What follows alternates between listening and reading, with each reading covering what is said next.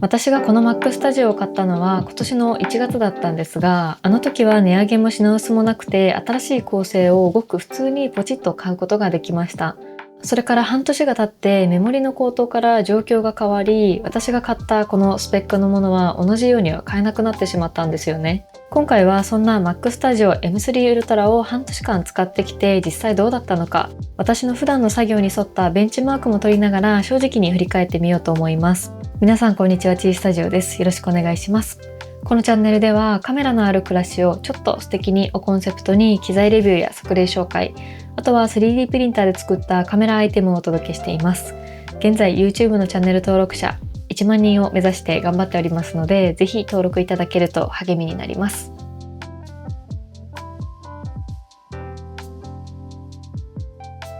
冒頭でもお話しした通り、今年の1月にこちらの Mac Studio M3 Ultra のモデルを購入した開封動画を出したんですが、あれからちょうど半年が経ちました。今回は半年間毎日使ってきた立場から実際のところどうだったのかっていうお話をしていこうかなと思います。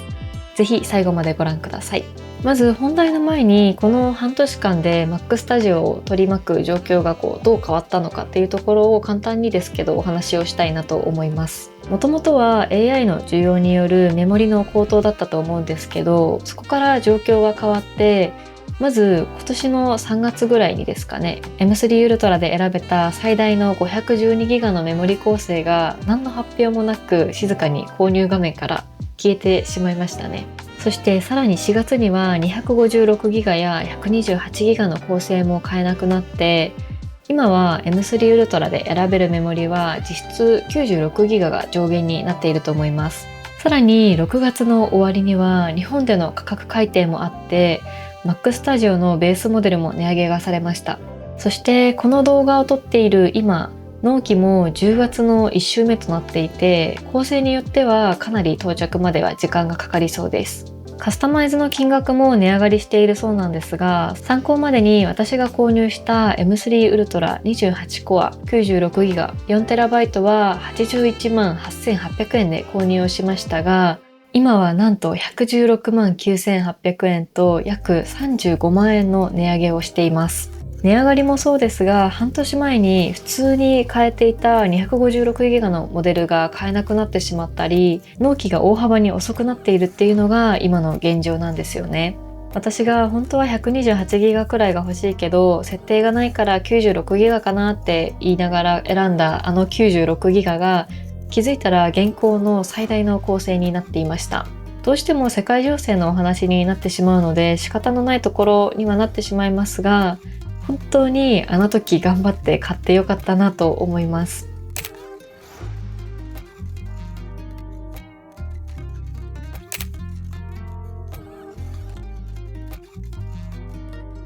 ということで、せっかくなので半年間使用したレビューをベンチマークを取りながらお話できたらなと思います。ベンチマークに入る前に私が買った構成を改めてご紹介したいなと思います。チップは M3 Ultra の中でも下の方、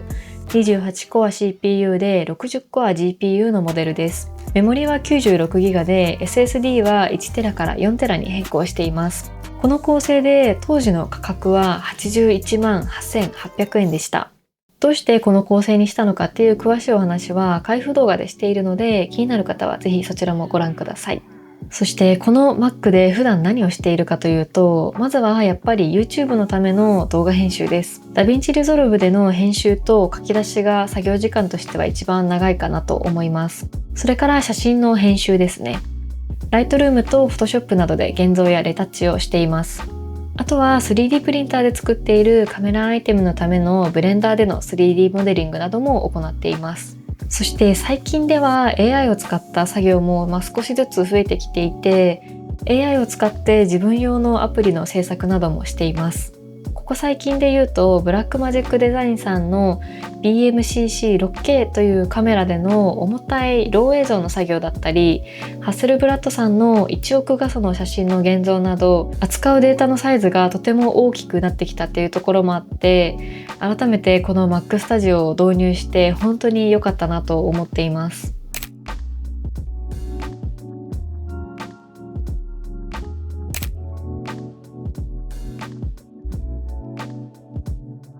ということで、ここからはベンチマークを取りながらどんなところに私が恩恵を感じているのかをお話しできたらなと思います。動画編集に写真現像、あとはものづくりなどいろんなアプリを立ち上げっぱなしにする使い方をしているので、今回のベンチマークもこの普段の作業に沿った項目で見ていこうと思います。開封した時は動画の書き出し時間を検証していたんですけど、今回は半年レビューということで、普段のワークフローに沿った3つの項目で以前使っていた M2Max の MacBook Pro と比較しながら、それぞれの結果を見つつお話をしていこうと思います。今もなんだかんだ売らずに使っている M2Max の MacBook Pro ですが、スペック的には M2Max に 96GB のメモリ、4TB の SSD にカスタマイズしたモデルになっています。Mac Studio との違いで言うと、メモリの性能アップはあると思うんですけど、メモリだったり SSD の容量は同じで、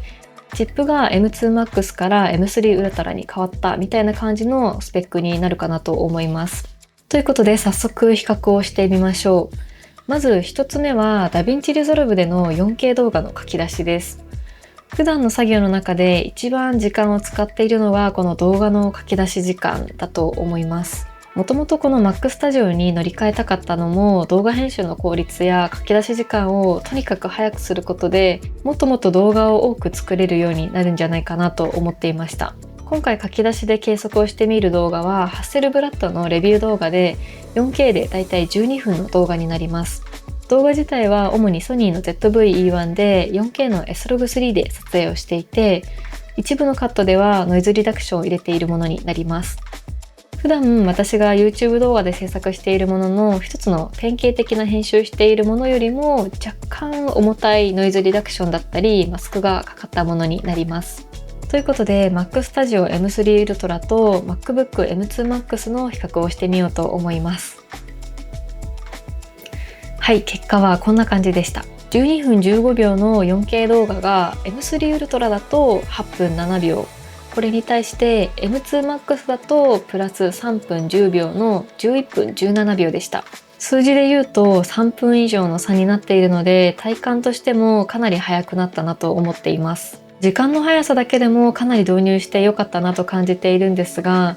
この M3 Ultra に対して本当に良かったなと思うところが、速度そのものよりも書き出しを待つっていう時間の使い方が変わったことです。M2Max の時は書き出しをしたら、書き出し中は他の作業を全くしていなかったので、以前は書き出しを始めたらもうその日の作業は終わりみたいな感覚になっていました。ですが今は書き出している間にサムネイルを作ったりとか概要欄の準備をしたり、次の動画の素材整理をしたりっていうのが普通に並行して作業できてしまいます。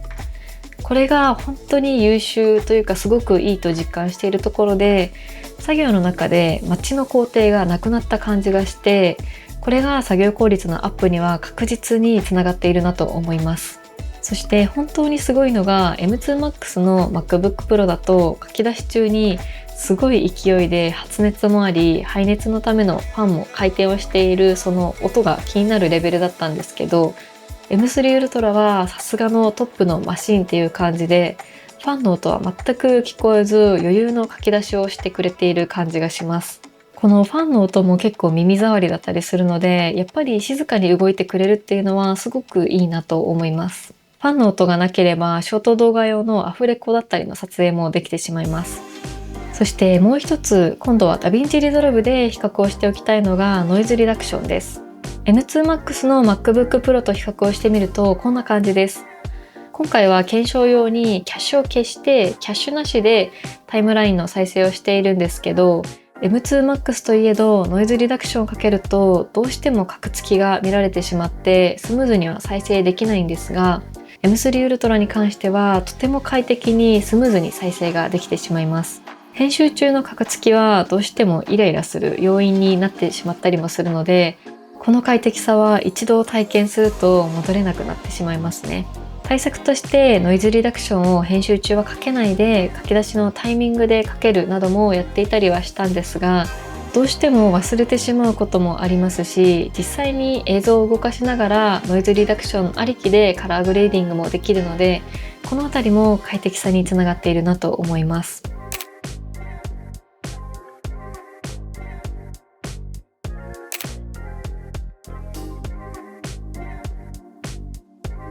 そして比較2つ目は写真現像について見てみようと思うんですが、普段私が使用しているライトルームで比較してみようと思います。今回は比較としてライトルームでハッセルブラッドの1億画素のローを100枚まとめて一気に JPEG で書き出してみようと思います。ということで結果はこんな感じで MacBook Studio M3 Ultra は33秒、MacBook Pro M2 Max は1分39秒と1分以上の差、3倍程度の差になってしまいました。これも嬉しいポイントで、写真の書き出しも日常的に何度も何度も行うので、サクサクと書き出しができることは私的にとても重要な部分です。今回1億画素の写真の書き出しをして感じたのは、1億画素になっても普段の写真の現像とあまり変わらず扱えるっていうのは、作業としてはすごくいいポイントだなと思います。もちろんライトルームの編集自体も特に大きな問題もなくスムーズに現像ができます。ライトルームだけではなく Photoshop も普段からサムネイル作りなどで使っているんですが、どうしても過去のサムネイルなども一緒に開いて Photoshop 上で作業を行うことが多かったんですが、M2 Max の MacBook Pro の時はアプリを開くタイミングや複数のレイヤーを含むとやっぱりカクつきがあったりしたので、動作的にはちょっと気になっていたんですが、Mac Studio の M3 Ultra だと何も考えずに Photoshop での作業もできてしまいます。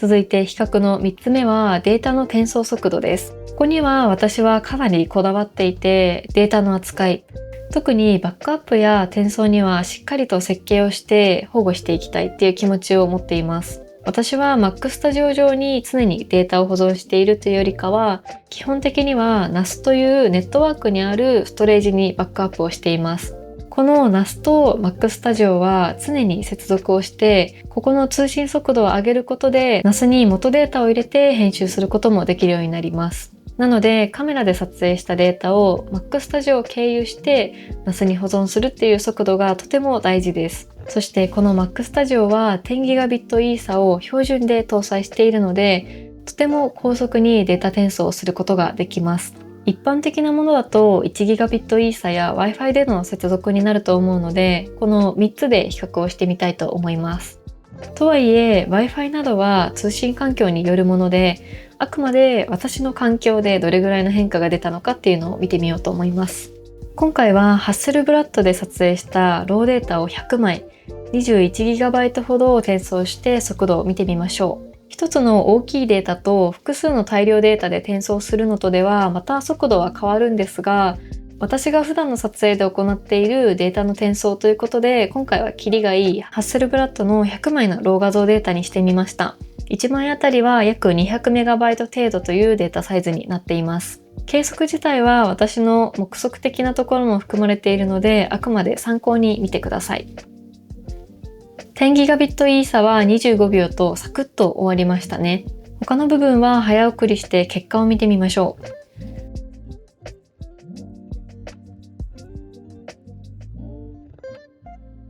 有線 LAN の 1GB イーサは3分、Wi-Fi は5分30秒とかなり遅いということがわかると思います。10GB イーサだからといって単純に 1GB イーサの10倍というわけではないんですが、かなり速い速度になります。ちなみに Wi-Fi のアクセスポイントも 10GB イーサで NAS につながっているので、純粋に Wi-Fi の速度がボトルネックになるというような感じですね。はい、こんな感じで計測が終わりましたが、圧倒的な差ですね。こんな感じで NAS とのデータのやり取りがサクサクできてしまうのが 10GB イーサの魅力です。私のメインで使っている NAS に保存できる容量としては36テラくらいになるんですが、この36テラを常に使えるのでデータ管理も非常に便利です。撮影から帰ってきた後で撮影データ取り込んで NAS にバックアップをして、それから編集を始めるという一連のワークフローが高速化されていて、データもこのタイミングで二重にバックアップができるので、かなり安心感があると思います。しかも早くなることで待ち時間が長くなることもないので、夜中中つけてバックアップをしなきゃみたいなことも減るので、忘れて消してしまうなどのミスも減ると思います。そして Mac Studio はこの 10GB イーサがついているので、そのまま使えるというところも嬉しいです。以前 M2Max の MacBook Pro を使っていた頃は、こんな感じの大きな変換ボックスをつけて 10GB イーサにつないでいたので、それがなくなってデスク周りがすっきりしたっていうのも良かったポイントだと思います。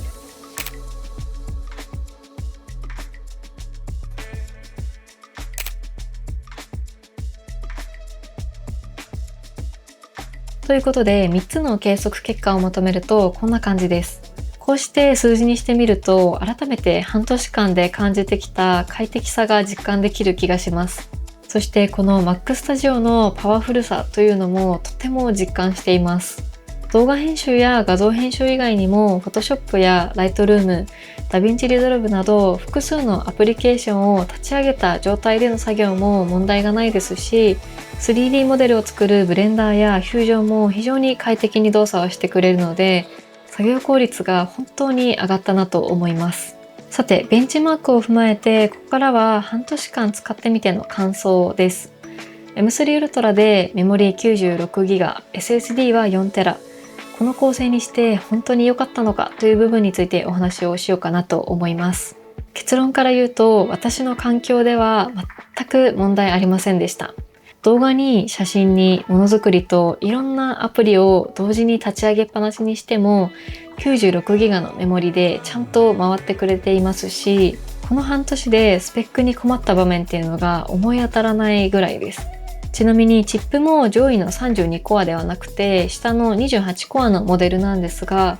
ここも私の使い方では特に困ったことがなくて、その分の予算を SSD の容量に回せたのは正解だったなと思っています。容量についても NAS を 10GB イーサでつないでいることもあって困ることはありませんでした。ただ一つだけ正直なところをお話しすると、この半年間ハッセルブラッドの1億画素のデータに加えて、実は並行してとあるプロジェクトでロー動画を撮影していまして、このあたりのデータはやっぱり重たいんですよね。今は 4TB で問題なく回せているんですが、こういうプロジェクトが今後増えて並列で走るようになってくると 8TB を検討する価値は出てくるのかもしれないなと思ったりもしました。ただ Apple の SSD アップグレードはもともと高めな上に、今は SSD 自体も高騰しているっていうお話があるので、正直高すぎるっていうのが本音なので 4TB ぐらいがちょうどいいのかなと思ったりしています。それから工夫をすればデータを主に NAS に置きながら作業するっていうやり方もできるっていうのは 10GB イーサの環境があるのでなんとなく分かってはいるんですよね。ただ私は一つのプロジェクトは Mac 単体で作業が完結している安心感の方が好きです。開封動画の時に外付けの SSD ではなく内蔵の容量を上げた理由としてデータを失う心配をなくしたいっていうお話をしたんですが、その気持ちは半年経った今も変わりません。一点だけ懸念というか追加でお話をしておくと、最近は AI を活用した自分用のアプリを作って NAS 上で動かすといった使い方などいろいろとアプリを作っているんですが、このアプリ開発でもっともっと高度なことや複雑なものも作るっていう風になると、メモリはもう少し上げたいなという気持ちになるかもしれません。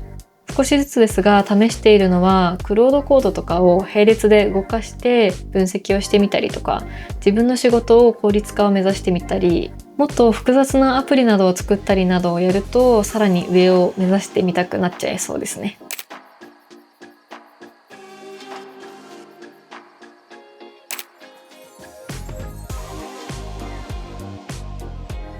さて、ここまで買って本当に良かったっていうお話をしてきたんですが、じゃあ今皆さんに手放しでおすすめができるのかというと、正直半年前よりも悩ましい状況になっているんじゃないかなと思います。値上げもありましたし、大容量メモリの構成は選べなくなっていますし、M5 世代の Mac Studio が出るんじゃないかなっていう噂もありますよね。ただ一方でメモリの供給不足はしばらく続くっていう見方もあると思っていて、もし次の世代が出たとしても価格だったり選べる構成が今より良くなるのかっていうと、正直何とも言えないところかなと思います。なので私のスタンスとしては開封動画の時から変わっていなくて、道具は今の自分が困っているかどうかで考えるっていう考え方で決めるかなと思います。私は半年前書き出しの遅さに本当に困っていたので買いました。そしてこの半年で特に時間という面でその投資はもう十分すぎるくらい回収できたと感じています。だからあの時自分にとっては買ってよかったと胸を張って言うことができます。きっとこの Mac Studio がなければ6月からの1ヶ月間仕事をしながらショート動画の毎日投稿とかロング動画の週3の投稿はできていなかったなと感じています。逆に今の Mac で特に困っていないのであればこの状況で無理に飛び込む必要は全くないと思います。待つという選択も同じくらい正しいと思いますし、私ももし今困っていなかったら多分様子を見ると思います。ということでそんな感じでいろいろと検証などもしてみましたが、この動画のベンチマークが購入の判断材料になったら嬉しいです。ということで今回は Mac Studio M3 Ultra の半年使用レビューということで、普段の作業に沿ったベンチマークとこの構成にして本当に良かったのかというお話をしてきました。値上げのニュースを見るたびに正直あのタイミングで決断をして本当に良かったなと思う一方で、これから買う方にとっては悩ましい時期が続きそうなので、また状況が変わったらこういう形で正直なところをお話ししていきたいと思っています。この Mac Studio にはこれからの動画作りにはもちろん秋に予定している写真展の準備などでもたくさん働いてもらうつもりなので、1年使ったらまたどう感じているのか私自身も楽しみだったりしています。写真や動画はどうしても撮って終わりにはならないことも多いと思うので、こういうパソコン環境もしっかりと考えていきたいですね。特に高画素化やロー動画などが身近になってきたので、容量も今後はしっかりと見ていかないと、買った後にそれ以上にパソコンや容量周りでお金がかかるなんてことにもなってしまいそうですね。はい、そんな感じで今回の動画はここまでになります。最後までご視聴いただきありがとうございました。この動画が参考になりましたら、ぜひ高評価とチャンネル登録いただけると嬉しいです。現在 YouTube のチャンネル登録者1万人を目指して頑張っておりますので、ぜひ登録いただけると励みになります。ではまた次回の動画でお会いしましょう。ありがとうございました。